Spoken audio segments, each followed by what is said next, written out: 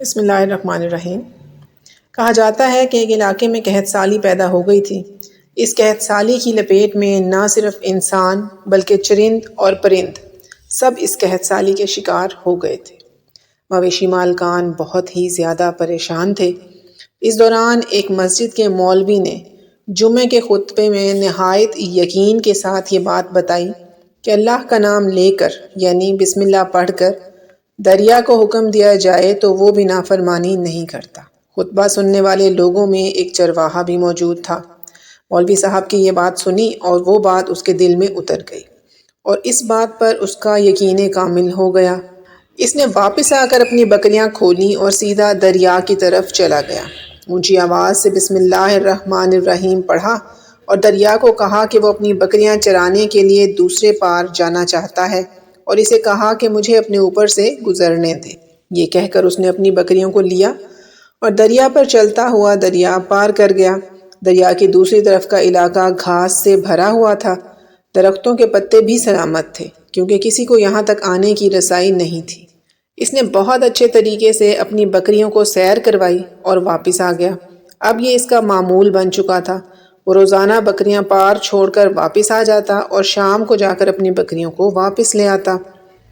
اس کی بکریوں کا وزن دگنا چگنا ہو گیا تھا۔ لوگ حیران تھے اور اس سے پوچھنے لگے کہ وہ اپنی بکریوں کو ایسا کیا کھلاتا ہے کہ وہ سیدھا سادہ اور صاف دل کا انسان تھا۔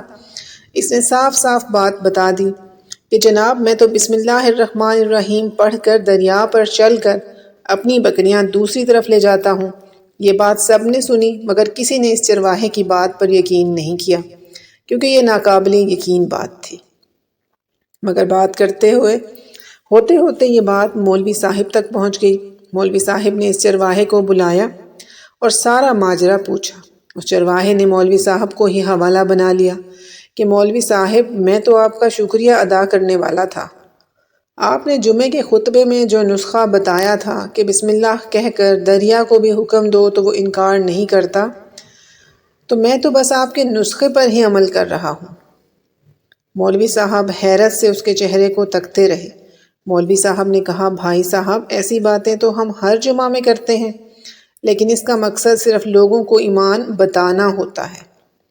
مگر بکریوں والا ڈٹا رہا کہ میں تو بس بسم اللہ کہہ کر پانی پر چلتا ہوں اور بکریوں سمیت پانی پار چلا جاتا ہوں۔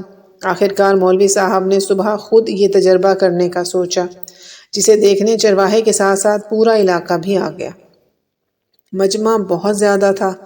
مولوی صاحب نے ایک دو بار سوچا کہ انکار کر دوں، کہیں ڈوب نہ جاؤں، مگر وہ جو مولوی صاحب کو کندھے پر اٹھا کر لائے تھے اب بھی جوش و خروش سے اللہ اکبر کے نعرے لگا رہے تھے اور مولوی صاحب کے حق میں تعریفیں کر رہے تھے۔ آخرکار مولوی صاحب نے اپنے ڈر کو دور کرنے کے لیے ایک رسہ منگوایا۔ پہلے اسے ایک درخت کے ساتھ باندھا، پھر اپنی کمر کے ساتھ باندھ کر ڈرتے ڈرتے ڈھیلا ڈھالا بسم اللہ پڑھا اور دریا پر چلنا شروع ہو گئے۔ مگر پہلا پاؤں ہی رکھا تھا کہ وہ پانی میں گر گئے۔ مولوی صاحب ڈبکیاں کھانے لگے اور پانی کے بہاؤ میں بہنا شروع ہو گئے۔ لوگوں نے مولوی صاحب کو کھینچ کھینچ کر دریا سے باہر نکالا۔ مولوی صاحب کی اس حرکت نے چرواہے کو پریشان کر دیا کہ مولوی صاحب کی بسم اللہ کو یہ کیا ہو گیا ہے، کیونکہ ان کا تو یہ روز کا معمول تھا۔ اس کے اپنے یقین میں کوئی فرق نہ آیا۔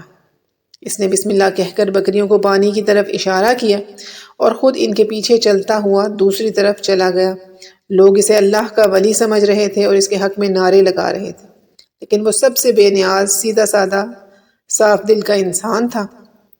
وہ مولوی صاحب کے پاس گیا اور کہنے لگا مولوی صاحب میں آپ کی بسم اللہ کی تعریف سے کافی پریشان تھا مگر پانی پر چلتے ہوئے مجھے آپ کی بسم اللہ کی بیماری کا پتہ چل گیا۔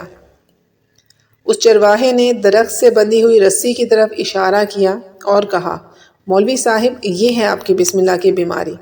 آپ کی بسم اللہ کی برکت کو یہ رسہ کھا گیا۔ آپ کو اللہ اور بسم اللہ سے زیادہ اس رسے پر بھروسہ تھا، لہٰذا اللہ نے بھی آپ کو رسے کے حوالے کر دیا۔ امید ہے آج کی کہانی آپ کو پسند آئی ہوگی اور بسم اللہ کی برکت پر آپ کا یقین پختہ ہو گیا ہوگا۔